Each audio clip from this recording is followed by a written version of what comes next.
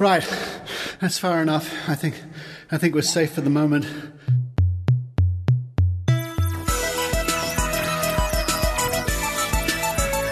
Welcome to the Skeptic Zone, the podcast from Australia for science and reason.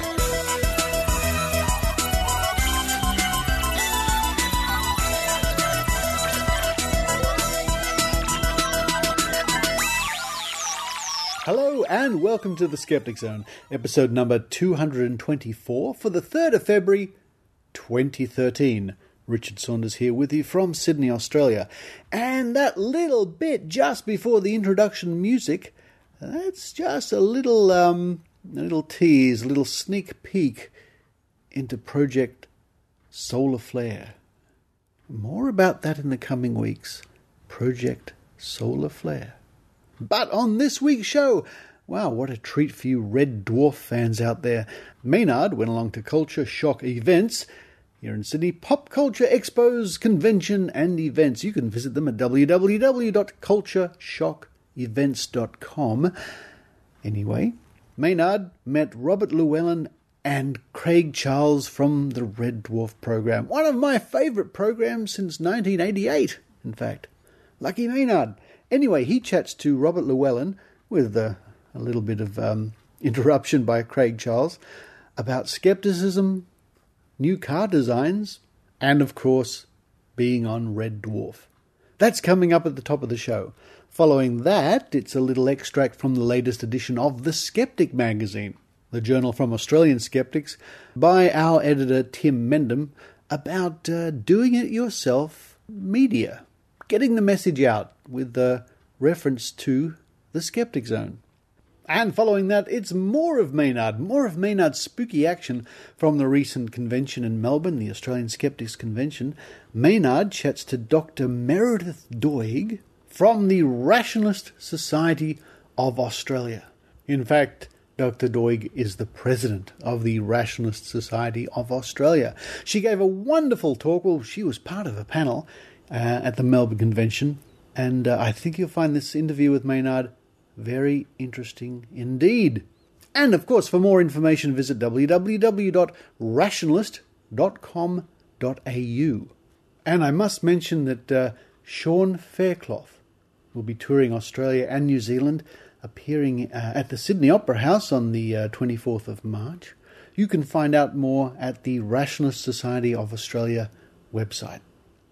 And in other news, my good friend Brian Dunning from the Skeptoid podcast tells me that the Chinese version of Skeptoid is going exceptionally well.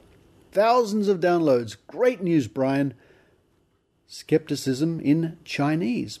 If you have Chinese friends or Chinese family, get them to visit www.skeptoid.com.cn. Now, before we start the show, another big shout out to my friends down in Canberra, who are going to be organising and running the upcoming Australian Skeptics Convention, well, upcoming in November. And they tell me their next meeting is on the 12th of February, 6 p.m. at King O'Malley's pub. What a great pub that is. Also, they have some free lectures coming up. On the 16th of March, our very own Tim Mendham from Australian Skeptics will be in Canberra speaking about communicating skepticism. But before that, on the 17th of February, there'll be a talk about toleration and blasphemy. For more information about these free public lectures, visit www.canberraskeptics.org.au. Well, that's enough for me. I'm keen to listen to this interview with Robert Llewellyn from Red Dwarf. And to honour Red Dwarf, I think I'm going to run downstairs, open the pantry, and make myself a beef vindaloo to honour Dave Lister. Yeah, why not? While I do that, we can all enjoy the Skeptic Zone.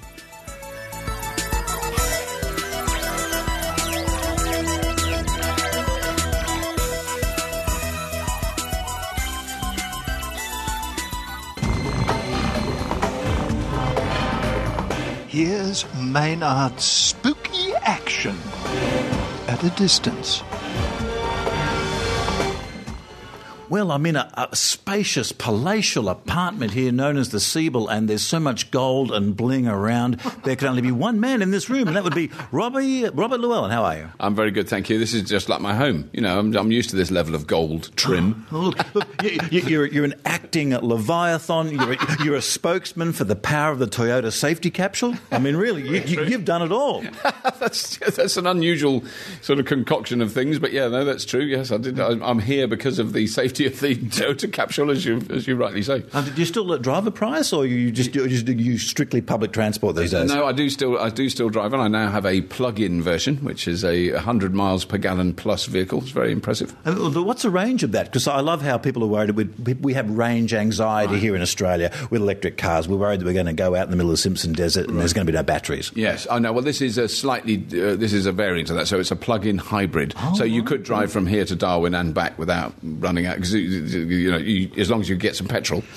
Now you're also a skeptic and a proud atheist as well. Well, it says that on Wikipedia, and I don't know why. Because you're a shameful atheist. Well, I think that's probably more accurate. So I haven't ever said I'm a proud atheist. I don't remember saying it, but maybe I am. I don't know. I mean, yes, certainly I've done.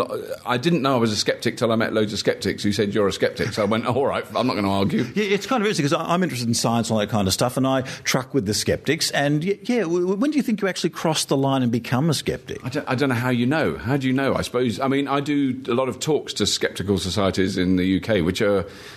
Basically, they're so close to Red Dwarf. You know, if you went to talk to a load of Red Dwarf fans, you wouldn't notice the difference. So they're really nice people. They're often with the science background or scientists or worked involved in engineering or something in those fields. So they're kind of, that's sort of my audience in a way. But I love a good UFO story, and I say I do enjoy the work of Eric von Daniken. Right. Eric, I mean, he could come up with a good theory. Yeah. And he does conferences too. He sits there, he's got the whiskey and the cigar, you know. Does he? Oh, he's lucky. Oh, I don't do that. I mean, I don't know anything. No, I'm impressed. Actually, is there any sort of woo, as they call it, that really... Hello? Can I just say that I don't understand this interview at all? That was my friend Craig. I have no idea what you two are talking about. I'm starting to glaze over. Can you jog on? Yeah, well, there is a bit of a crossover between the geeks and people that are into science, obviously. Yeah. I mean, that was the thing. I mean, I just went with a friend to a Linux conference in Canberra. Oh, that must have been hoot. Yeah. There was hookers and blow everywhere. It was. Yeah, there was pole dancing everywhere you looked. But it was so bizarre because I said to him, I don't know anything about that. That's really bizarre. And I walked on the stage in front of 1,000 Linux programmers who all went crazy because, of course, they also love Red Dwarf and they love Scrap Heap Challenge. So it's kind of, then you realise you're kind of, without consciously making a decision, you've inhabited a world that exists, and that, I couldn't write a computer program to save my life, but there's definitely sort of crossover areas there. You get in problems sometimes where people think that because you play a computer on television that you know everything about OS 10, you can write machine code, and suddenly they ask you and you're like, I mean, I did say that I knew that the OS 10 was based on a Unix core, and so I was then, and as I said it, I was going, God, I hope I'm right. I hope it doesn't run on Windows 95. But luckily, I was right enough to get away with it. Yeah. And what sort of have you done much presenting on science shows, that sort of stuff in the UK? Because you've been a natural fit for that. Yeah, no, that's sort of mainly what I've been doing the last sort of 10 years. So the gap between Red Dwarfs, I've been doing that. So I did a series called Scrap Heap Challenge, which was very much in the kind of realm of engineering and science and. And it's where people try and kill each other by proxy. By proxy, by making bizarre machines out of rubbish they find in a scrapyard. And then I did another load of shows called How Do They Do It, which is sort of what it says on the tin. It's about how things are made, how things are built, how things work, that sort of stuff. There's another great science show that's on the UK Discovery Channel there. It's sort of like Don't Try This at Home or something, and it's basically guys firing themselves out of slingshots and riding motorcycles around. What is that about? Well, there's a wonderful scientist stroke lunatic that I work with called Jem Stansfield, who does a show called the Big Bang Theory. No, it's not the Big Bang Theory. It's called Bang Goes the Theory. Yes, That's one of the problems they had, because everybody called it the Big Bang Theory, which is a very funny sitcom. So Bang Goes the Theory. So he would do things like, you see him swinging on a child swing, and he said, when you were a kid, did you ever wonder what would happen if you went right over the top? He then builds a jetpack that he straps to himself on a swing, and he goes on a swing that goes round and round and round at alarming speed, and survived to tell the tale. And of course, we alluded to the fact that you had a car accident earlier while you were, and it said it on Wikipedia, while you were delivering delivering a podcast you were working on at the time called Carpool. Yes, I mean, Wikipedia is not the most reliable source of information. Well, it also said you were a woman. Did it? Yeah. And I'm frankly very disappointed. That might explain my wife. I've always wondered about my wife. I always thought she might have batted for the other team, and she clearly thinks she does. So I was actually driving to do a podcast. I wasn't actually doing one when the accident took place, and someone drove into the side of my car and tore the car to bits. But I survived, which I was very lucky, and was amazingly not injured. I was unconscious for quite a long time, but I wasn't seriously injured, so I was very lucky. And that was in a Toyota Prius, the much loathed by certain Mr. Clarkson in particular, who absolutely loathes it. And in fact, they hate any electric vehicle on Top Gear. Yeah. And look, I like the show because they've got that larrikinism, but they do tend to hide behind, we're not a factual show, we're an entertainment show when it suits them. Yes, I think that's actually a very good point. I think that's exactly the point I've been struggling to make, because I enjoy it. I think it's really good fun. It's an entertainment show. They're very funny.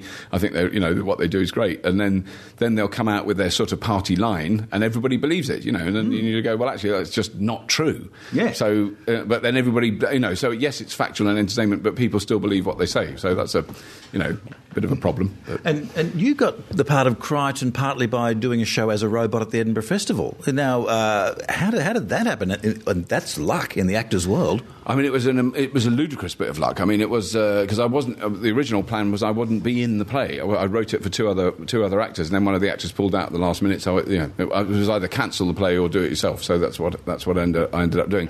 So the chances, if you go back long enough, the chances of me actually being on stage when the producer then of Red Dwarf saw the show were very small.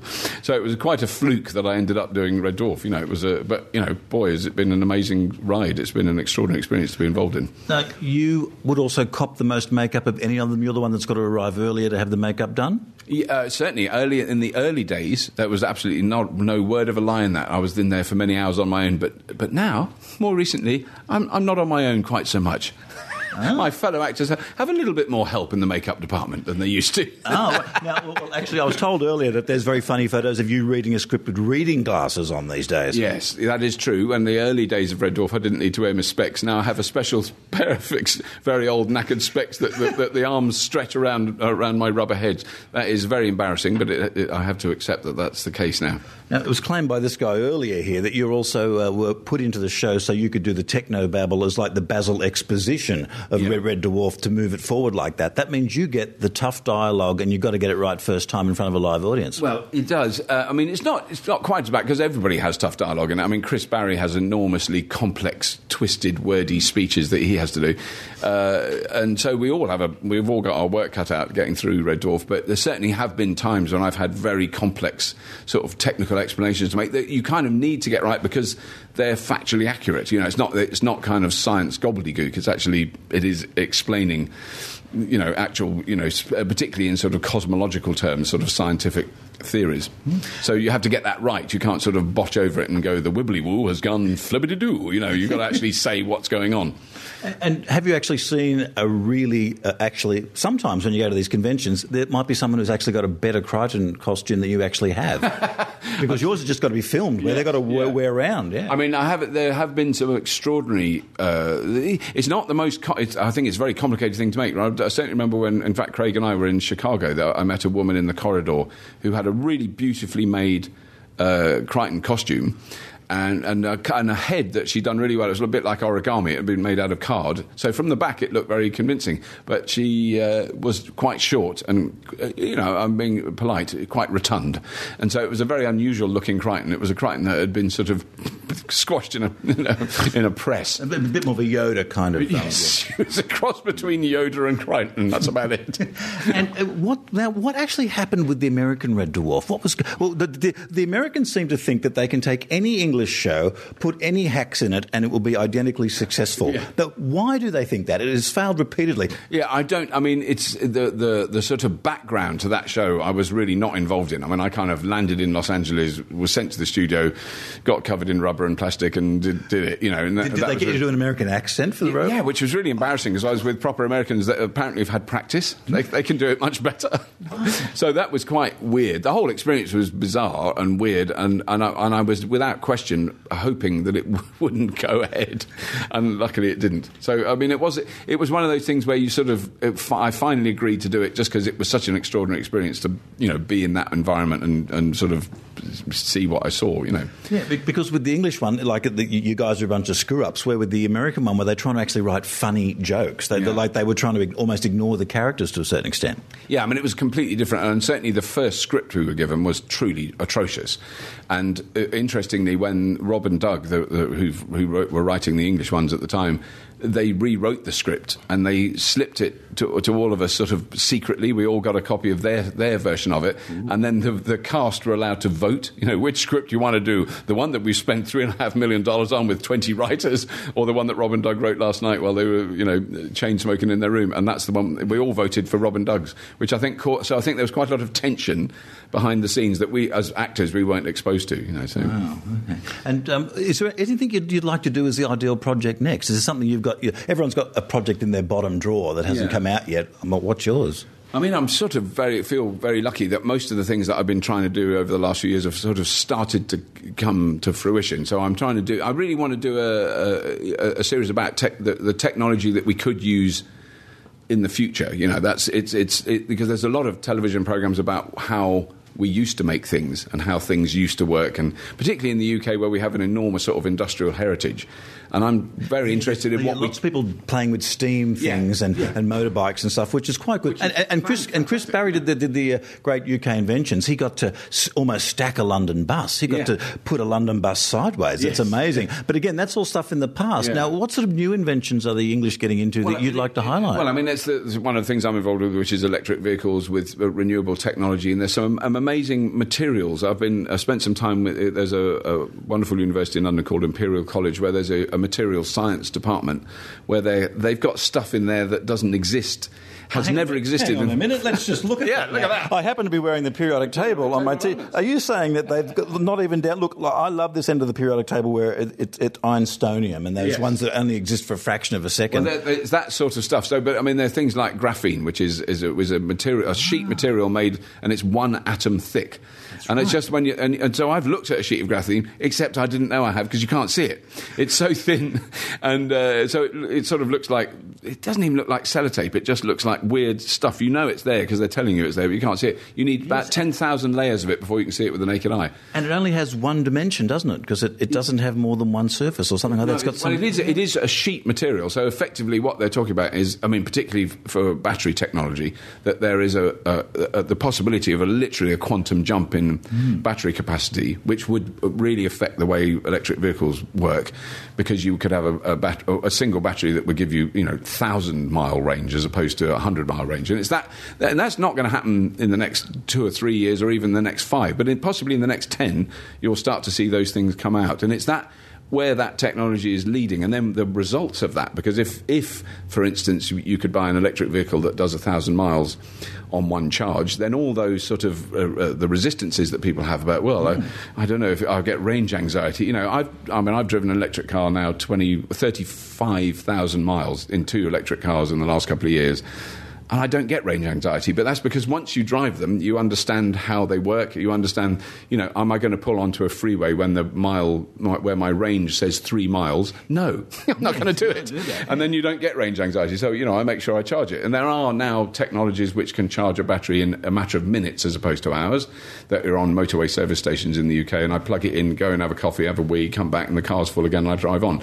So that is already, and that's happened in the last year or less. It's very rapidly emerging, that technology. But for me, it's a style thing, because I drive a VW Beetle, like a new VW Beetle. I like the look of that, and I think the Tesla's a great looking car too. But it's incredibly expensive. When do you think they'll match the style and the like? What you need is an MX-5 electric car, something like that. I mean, without question, it's going to happen. I mean, the car that's just come out in the States is the Tesla Model S, which is again an upmarket large sedan, but it is.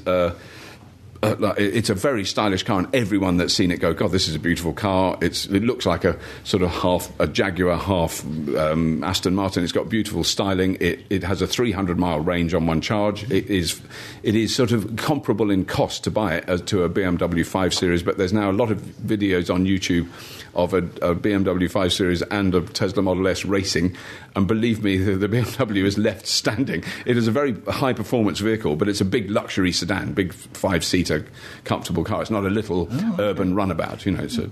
Look, and our time is very short here, which doesn't mean we're both going to die. You've got to go on stage.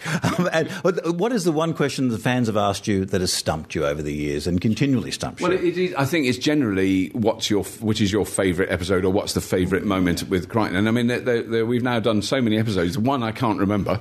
And two, if I think, oh, I know it was when da-da-da-da happened, then someone will go, oh, what about when Crichton did this? And I go, oh, yeah, that was even better. It's really big. It's having, if I have a list, but I can never really pick a favourite moment. I mean, it's been, an enormous privilege and fun to do, mixed with a hideous amount of unpleasantness because of being covered in rubber, So it's always been a mixed blessing, Red Dwarf. Okay, look, and this is absolute last one. What is a pseudoscience that actually makes you angry? I mean, you can put up with a lot of it. Is there one you go, oh, that's just got to stop? I think it's probably a combination. There's a bit of astrology when people tell me what sign I am. And I've always, when people said, it's less common now, but there was certainly a time in the 70s where that was very popular. And I used to have the rather flip response when people said, what sign are you? I'd say, I'm feces with penis rising, which didn't go down very well often in any company. But so those kind of things are slightly annoying. I don't know what else. I mean, I suppose the whole argument about climate change and the easy flip response to that, global warming, yes, please, bring it on, which is the common one in England because it's always so cold and wet, which is such a huge misunderstanding of an enormously complex topic that has had 20 years of peer-reviewed science that's been turned on its head by some very well-funded, really quite corrupt few scientists that are funded by oil companies and coal extraction companies who want us to carry on buying their products, which is fine, but it's not obvious. If I see a scientist going, global warming's a con, and I'm paid to say this by an oil company, hats off to you, mate, I've got a lot of respect. But when you don't say that, which is the reason, then, there's one can be a little bit more dubious. Well, enjoy the rest of your time here in Australia and go back there and down there and wow them again. I will do my very best. Thank you.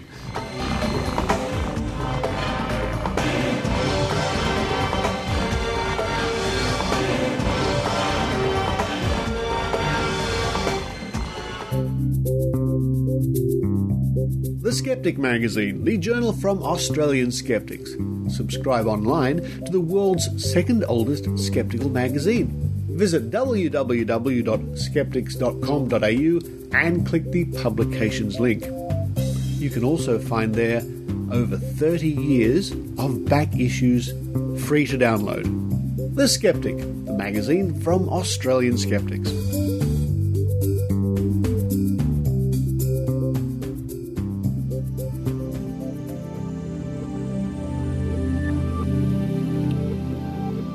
From the pages of The Skeptic, the journal from Australian Skeptics, Volume 32, Number 4, December 2012.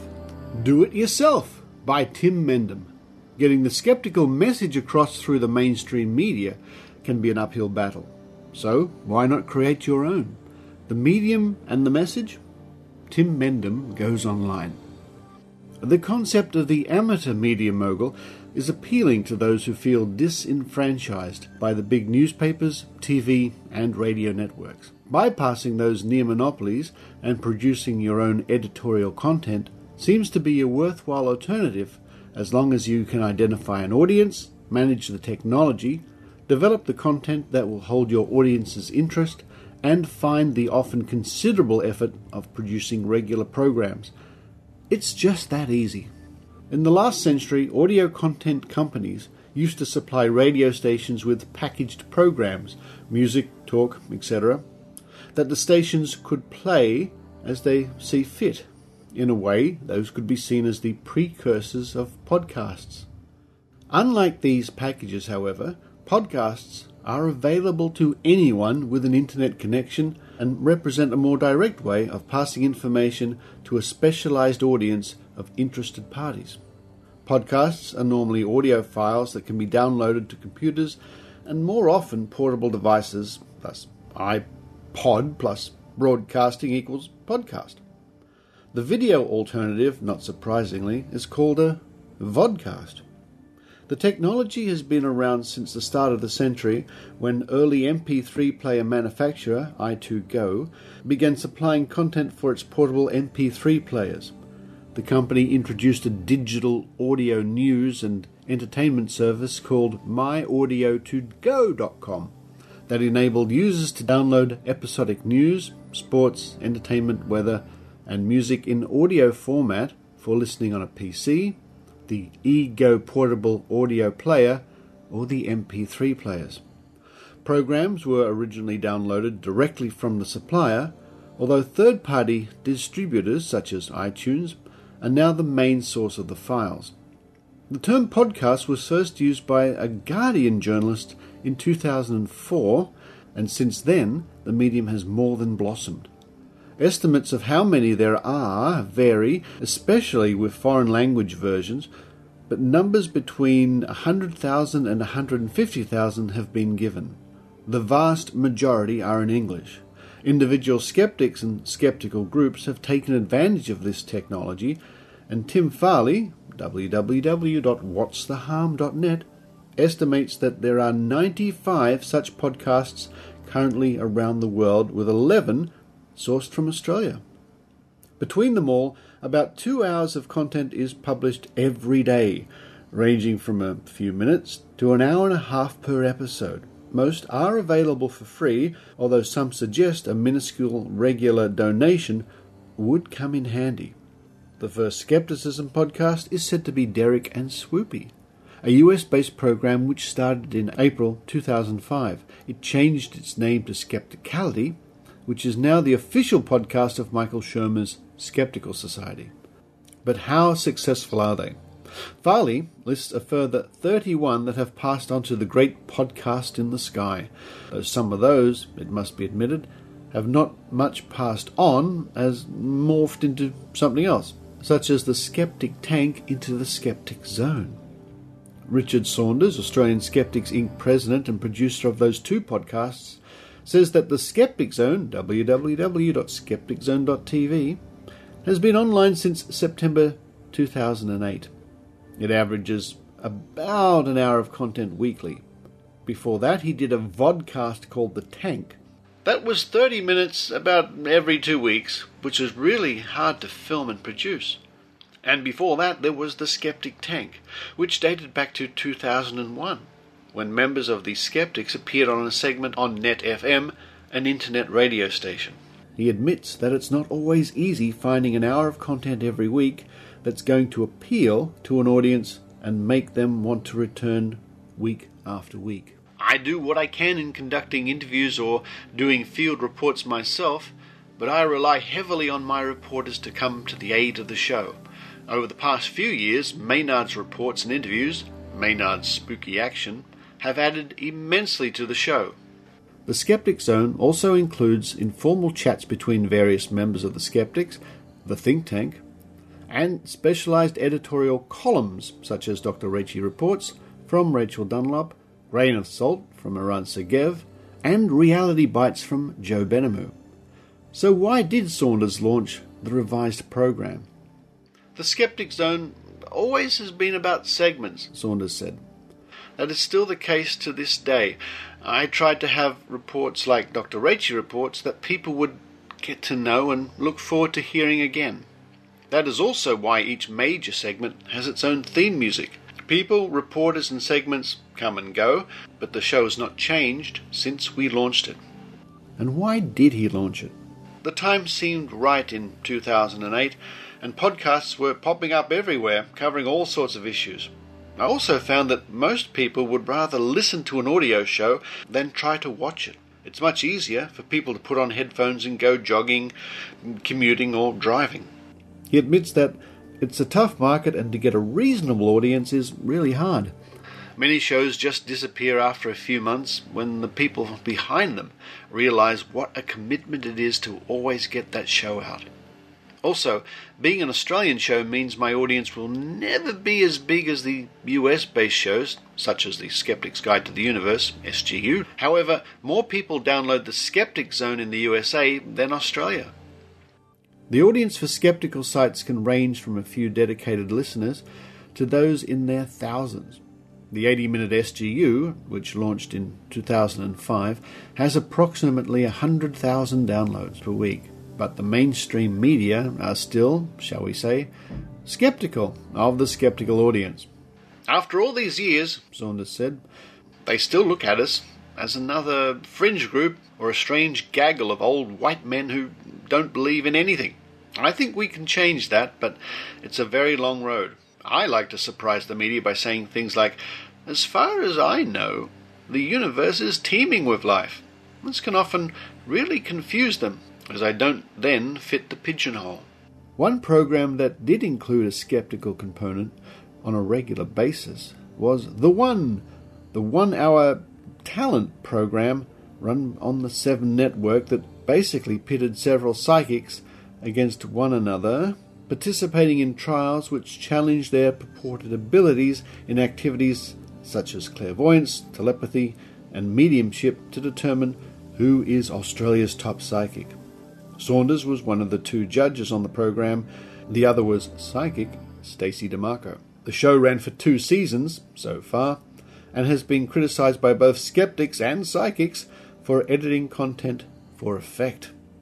Nonetheless, Saunders said, The 1 was a chance for me to put a face on the skeptical movement for a new generation.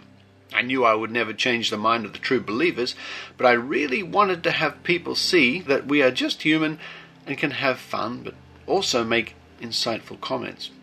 I'm pleased when even now people come up to me in the street and say hello. But what is really odd is to have psychics at Mind, Body, Spirit festivals come up to me and call me by name as if they are old friends. Almost universally, they will tell me that they think I'm a good skeptic, not a cynic, and that they are skeptics too. I know, don't they all? The Skeptic Zone has now produced more than 200 programs. So what does Saunders think makes a good and hopefully successful podcast? As far as the Skeptic Zone goes, I try to maintain a high standard of production. Not always easy, and I cannot always get it right. I have heard many podcasts over the years that are really just people talking about anything and laughing at their own jokes. That's fine if that's what they want to do and they have people who want to hear it. But I try to produce a more polished show. I guess if I were to sum it up in one word, that word would be persistence. About the author, Tim Mendham is Executive Officer and Editor with Australian Skeptics Inc.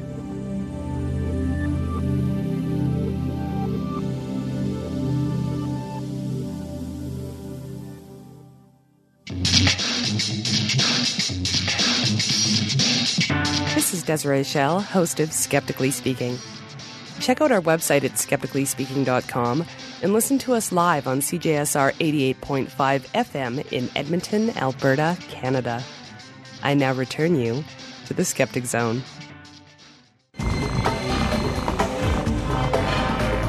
Here's Maynard's spooky action at a distance. Look, I've just been watching a great panel take part here, and I was particularly struck by this speaker here. What's your name, and what do you represent? What barrow are you pushing? Okay, so my name is Meredith Doig, and I'm president of the Australian Rationalist Society. So people ask me, rationalists, who are the rationalists? Yeah. And my elevator speech is, we're in favour of science and evidence as opposed to superstition and bigotry. Now, mind you, that people often think that the rationalists are simply anti-religion, and my answer to that is no, we're not anti-religion per se. We're anti the superstitious part of religion. We're anti-religious bigots, but we're anti the government giving undue privileging to religious organisations and religious institutions. So Basically, we are part of the free thought movement, which includes the skeptics and the humanists and the secularists and the atheists. The Rationalist Society started in Australia over 100 years ago, in 1906. Who kicked it off and why? Were they a bit annoyed with the Anglicans, were they, or something? Well, yeah, Anglicans and the Catholics at that time. But the Rationalists actually started in the UK back at the turn of the century, or back in the 1800s, and they started printing small publications for general distribution to the public, really to spread the ideas of the Enlightenment and to defend the legacy of the Enlightenment from the incursion by the established Anglican Church in England. So people it was actually at Melbourne University, in Ormond College, got together in 1906 in one of their rooms, and they were reading these pamphlets from the Rationalist Press Association in England, and they decided that it would be a good idea for them to come together as interested people and form a similar rationalist society in Australia. So that's when it kicked off. So, Meredith, how do you feel? Because you were there on the panel and you were saying the dumbing down of science kind of annoys you, and you must despair when you watch commercial TV during prime time. Actually, and particularly the news too. I don't have a TV. Wow, you're one of those people. Well, I've got to say, it's getting back that way again. Most younger people now don't get the TV or the cable; they just use the internet. Well, that's right. I mean, I can use iView or SBS. I can catch up on now. I listen to the radio, basically, because I'm doing other things while I'm listening to the news. So, well, what does make you despair the most in our popular culture when you do encounter it? You know, like on a bus or something. The thing that despairs me, and you mentioned the word bus, and that brings to mind the incident that was publicised just recently where a visitor to Australia was abused for singing in her own language in Australia. And that also reminds me that I've just come back from a walking holiday in Japan, where the Japanese culture, I mean, it's only 2 weeks, and I can't say that I can generalise too much about Japanese culture, but I come back to Australia and the degree of fairly xenophobic behaviour, at least that gets into the media. So the media are now sort of seeing that this is something to perhaps sell more newspapers. In any way, there is an aspect of Australian culture which I find really distressing. The Prime Minister of Malaysia many years ago said that Australia was in danger of becoming the poor white trash of Asia. I think that there are some parts of Australia that do risk becoming like that. And do you think that's purely down to education or because of the cultural lead the media takes sometimes? I think it's both of those. But the other thing is that Australia is a long way away from everywhere else. Doig's second famous dictum is that all young Australians should be given upon reaching the age of 18, should be given a one-way ticket to a non-English speaking country and told they're not allowed back for 12 months. See, it's not always their fault. It's that they haven't had experience of any other culture. So they grow up in this rich, middle-class, relatively benign and stable culture, and they get a strong entitlement mentality, and they don't have personal experience. And do you think they think the rest of the world's like that or not? Or they're just interested in their bit? Yeah. I'm not sure that they actually think about it. Right. I'm not sure that they think about it. Right. Having said that, on Thursday, I was out at a primary school in Camberwell, and amongst other things, the deputy principal of that school got up and was talking about some of the activities that children had been engaged in. And I must say that I was pretty impressed with the professionalism that she was demonstrating in the way that she understood about child development. And I've spoken to a few other people since then about the quality of primary school education, at least in Victoria.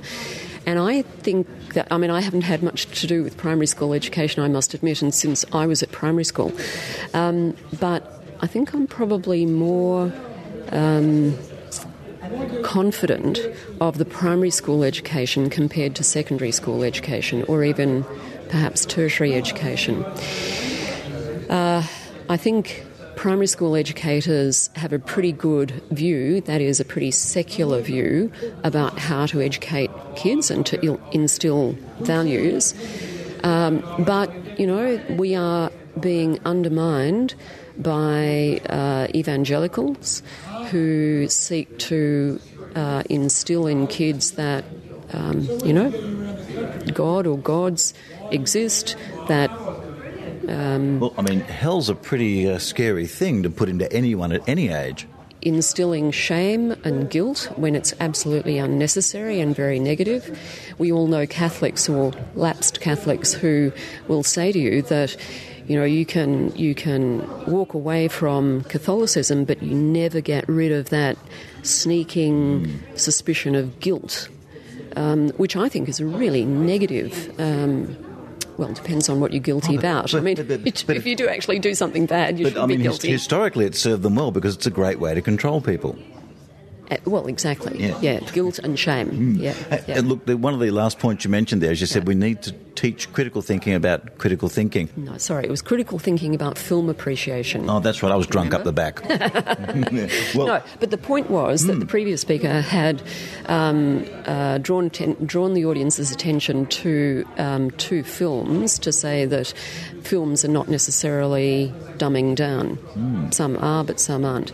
I get a bit frustrated with people using films all the time as illustrations. Yes, this is what I could see in the point you were making. Yeah. Yes, explain that, yeah. So I think a lot of films are dumbing down to the extent that they have to put into a relatively short period of time often highly complex stories which have underlying philosophical frameworks that are drawn on, which are never explicated.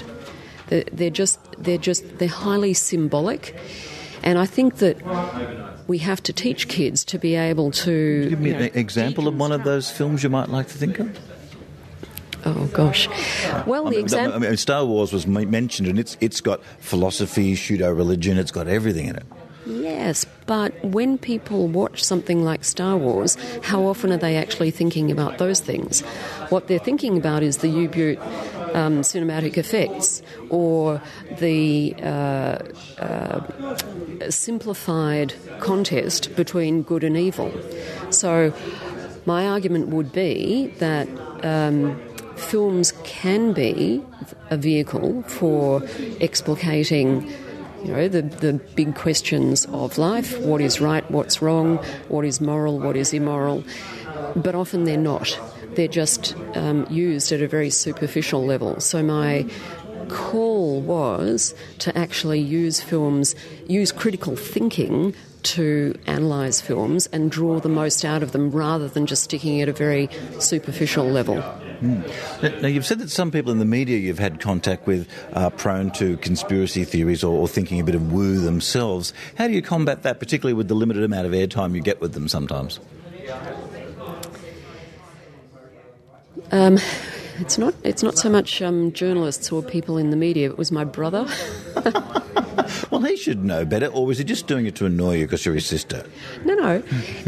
I mean, and to be fair I try to approach these things as a rationalist, and so I don't, unless I have evidence that somebody is actually trying to tell lies, then I'll assume that people are actually interested in pursuing the truth, but they don't want to just accept what everybody else says. So they want to pursue the truth for themselves. Oh, that's interesting. Which is what my brother is trying to do.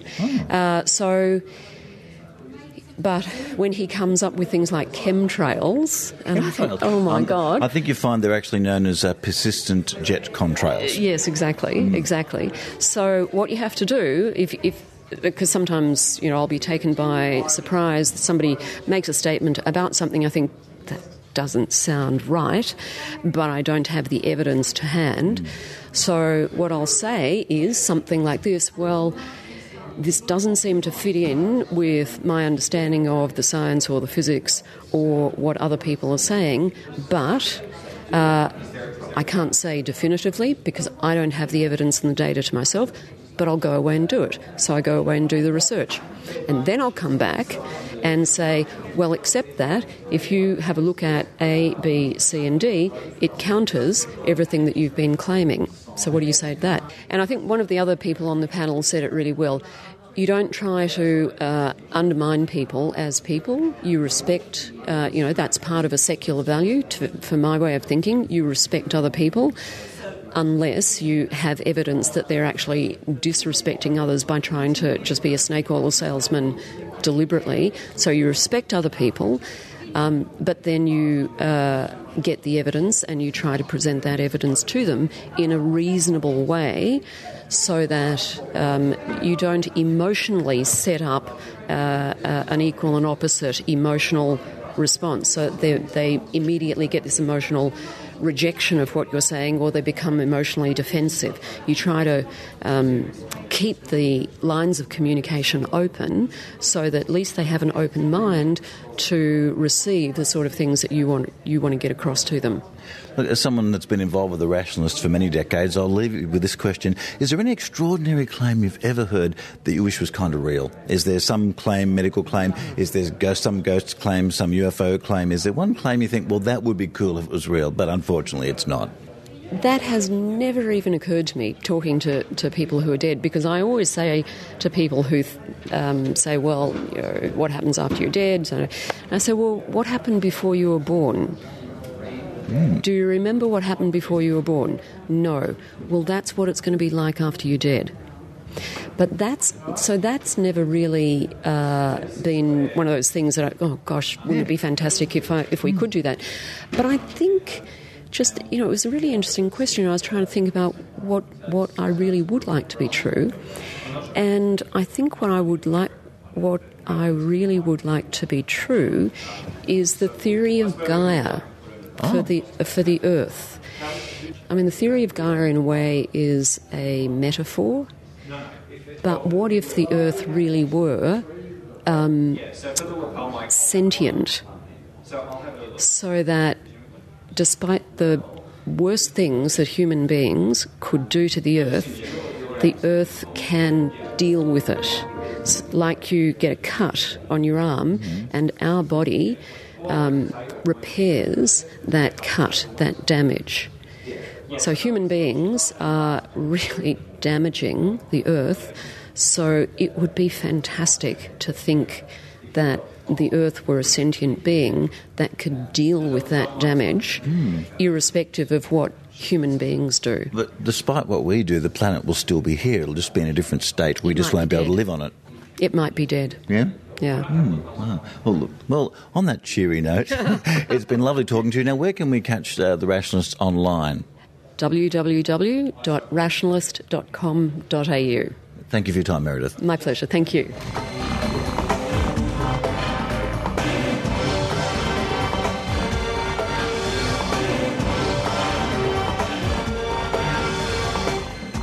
Hey, fellow skeptics. I'm Trent, the co-host of a podcast called Seeds of Doubt and creator of a new project called Dropfox.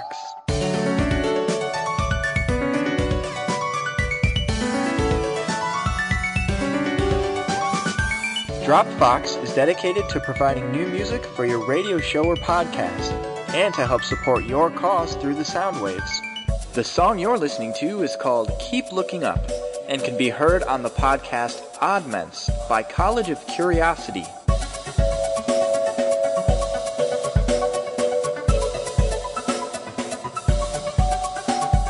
If you need some new music, check me out. Facebook.com/Dropfox. That's DROPFOX.